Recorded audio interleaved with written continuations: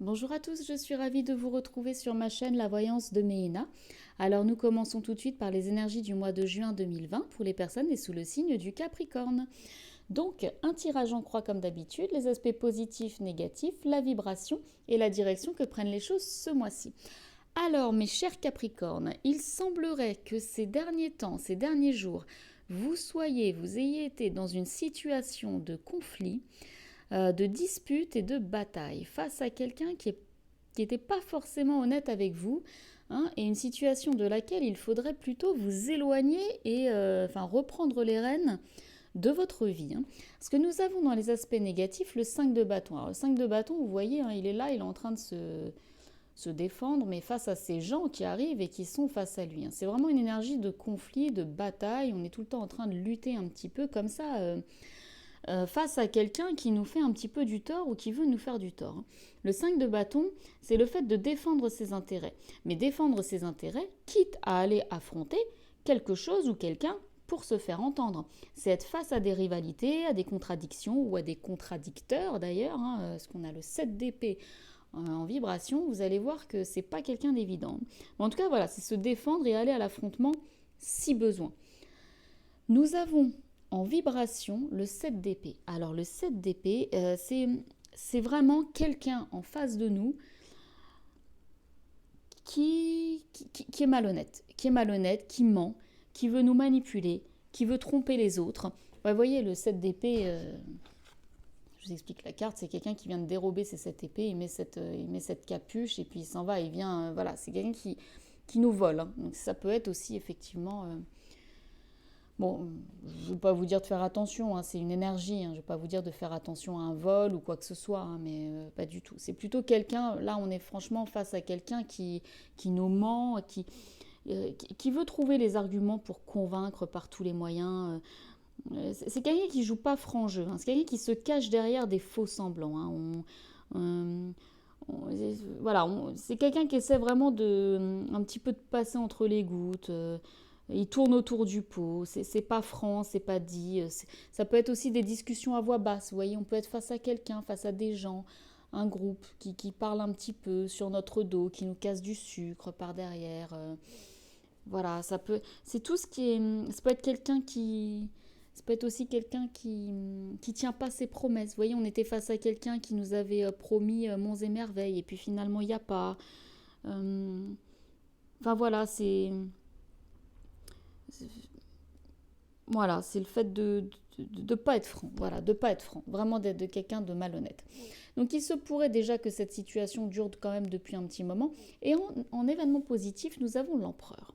Alors l'empereur, c'est très bien, parce que cette carte, vous voyez, c'est quelqu'un qui est assis sur son trône comme ça, avec son sceptre, mais il est prêt à se lever. Hein, vous voyez, c'est quelqu'un là qui dit stop. Il reprend les rênes de sa vie, il reprend les rênes de ce pourquoi il est fait. L'empereur, à la base, c'est la construction. Ce sont les bases, ce sont les fondements. Hein. C'est quelqu'un qui concrétise et il est concret parce qu'il est dans la construction. Hein. C'est l'action, c'est la sécurité, c'est le contrôle. Il est solide, hein.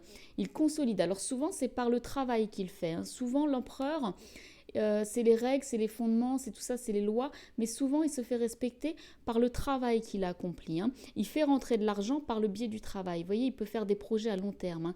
Il s'est développé, il va encore aller plus loin, il manage, mais en tout cas il a du pouvoir. Alors soit vous avez été victime de tromperie, de malhonnêteté par quelqu'un de l'entourage professionnel, et c'est certainement un supérieur hiérarchique qui peut vous aider. Vous pouvez aller chercher de l'aide auprès de cet homme et il va être là et il va un petit peu trancher ou faire un petit peu médiateur, mais en tout cas il est en place et il sait ce qu'il veut.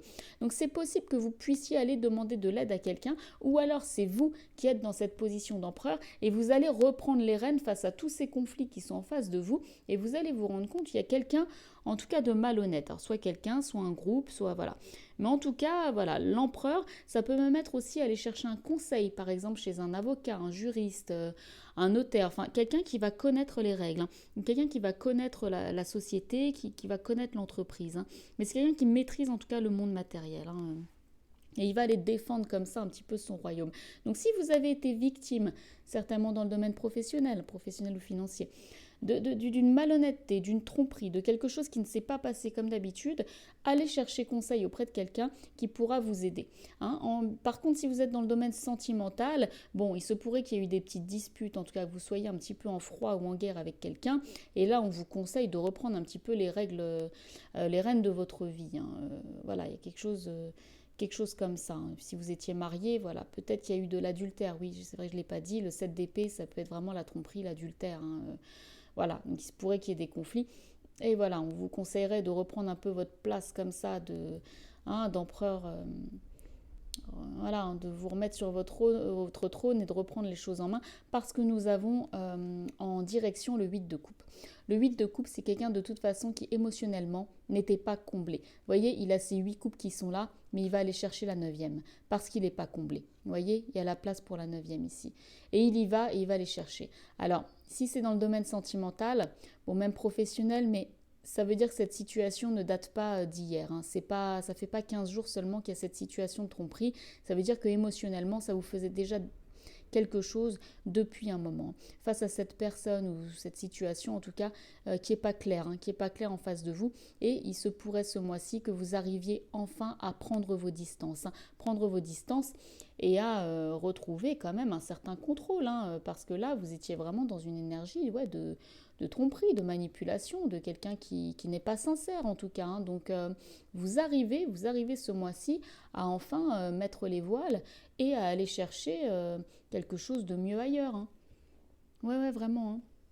Donc voilà, en tout cas, la vibration, c'est quand même cette idée de tromperie face à vous. Donc, alors après, bon, je le dis aussi, mais si c'est vous qui agissez un petit peu de façon malhonnête ou voilà, ou faire un petit peu anguille sous roche comme ça, bon, on vous encouragerait plutôt à reprendre un petit peu les règles et le règlement, voilà, de retourner un petit peu dans le droit chemin, parce qu'il se pourrait du coup que cette action malhonnête vous emmène à des conflits et quelqu'un face à vous voilà, qui s'éloigne un petit peu ou voilà, bon, vous l'aurez compris, ce mois-ci, il faudrait plutôt agir de façon honnête. Mais je pense que c'est quand même quelqu'un face à vous qui agit un petit peu de façon un petit peu pas franche. Nous avons eu comme dernière carte issue de l'oracle âme à âme, j'en tire une d'habitude, mais là nous en avons eu deux. Nous avons eu l'élémentaire en premier. L'élémentaire, qui est votre élément d'ailleurs les Capricornes, nous dit « Les hommes comme les arbres tirent leur plénitude et leur être de la terre ». Ça vous dit simplement de vous reconnecter un petit peu à vous, vos émotions, vos pensées, voilà, et de récupérer un petit peu comme cet empereur tout ce qui est fondement. Nous avons eu comme deuxième carte, j'en ai eu deux, la destinée. Je vous en lis son message. Chaque jour, la vie vous envoie de subtils messages et votre destinée dépendra toujours de votre manière de réagir. En toute occasion, il vous appartiendra de saisir la chance.